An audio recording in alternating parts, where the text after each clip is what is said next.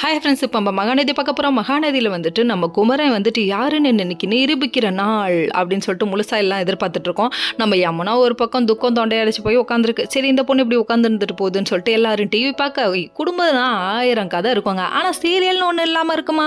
உட்காந்து சீரியல் பார்த்துட்டு இருக்க குமரன் டக்குன்னு வரதை பார்த்துட்டாங்க எல்லாரும். ஐயோ மாமா பாரு சூப்பராக நடிக்கிறாரு பாருன்ட்டாங்க. இன்னொரு பக்கம் இது எதுவுமே தெரியாத மாதிரி குமரன் ஒரு பக்கம் கடையில் உட்காந்துருக்காரு. எல்லாருக்கும் பயங்கர ஹாப்பி. நம்ம கங்காவை கூப்பிட்டு காமிச்சோன்னு கங்காவுக்கு பயங்கர ஹாப்பி. இதுக்காக தான் இப்படி திருட்டு மொழி முழிச்சாரோ அப்படின்னு சொல்லிட்டு இவங்கெல்லாம் யோசிக்கிறாங்க. அதுக்கப்புறம் குமரன் என்ட்ரியாக அந்த டைம் 10 குன்றத்திலே குமரனுக்கு கொண்டாட்டங்கிற பாட்டை போட்டு விட்டாங்க. என்னடா அது இப்படி ஒரு சாங்கான்னு பார்க்குறீங்களா? அதுக்கப்புறம் பார்த்தீங்கன்னா எண்ணியவர்கள் எல்லாருமே திண்டாட்டோன்றாங்க. அதாவது முன்னாடி கலாய்ச்சாங்கல்ல, அதனால இப்போ எல்லாம் அனுபவிங்கன்னு சொல்லிட்டு இவர் பயங்கர ஹாப்பியாக இருக்காரு.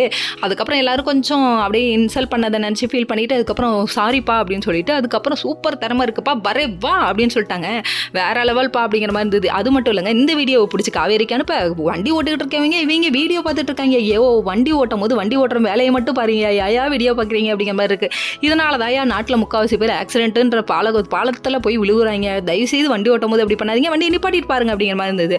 அதுக்கப்புறம் ஒரு வழியாக பார்த்துட்டு வரே வா என்ன டேலண்ட்டுப்பா அப்படின்னு சொல்லிட்டு ஆச்சரியப்பட்டுட்டாங்க. அதுக்கப்புறம் வீட்டுக்கு வந்து பாராட்டுவோன்னு சொல்லிட்டு விஜயும் வீட்டுக்கு வந்து பாராட்டின மனுஷனை என்னையா பேசுகிற அப்படிங்கிற மாதிரி இருந்தது. என்ன பண்ணுறது, ஓவர் நைட்டில் ஒபாமா ஆனாலும் கொஞ்சம் வந்து தலகணத்தில் இருக்கக்கூடாதுப்பா, ரொம்ப தப்புப்பான்னு சொல்லிட்டு தலையை தட்டி விட்டாங்க.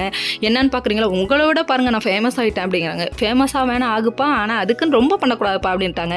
தப்புப்பான்னு சொன்னோன்னே விடுங்க, இதெல்லாம் ஜாலியாக எடுத்துக்கலாம், இருந்தாலும் ஒரே நாளில் நீ இப்படி சந்தோஷமாக இருந்தது எனக்கு சந்தோஷம் தான்ப்பான்னு எல்லாரும் வாழ்த்துக்கள் போட்டாங்க. எல்லாரும் வாழ்த்துக்கள் போட்டாலும் யமுனா ஏன் இப்படி இருக்கான்னு சொல்லிட்டு யோசிக்கிறாங்க. நம்ம கங்காவோட பார்வை யார் மேலே இருக்குது? யமுனா மேலே. பார்த்துக்கலாம். ஓகே ஃப்ரெண்ட்ஸ், நெக்ஸ்ட் வீடியோவில் பார்ப்போம். பாய்.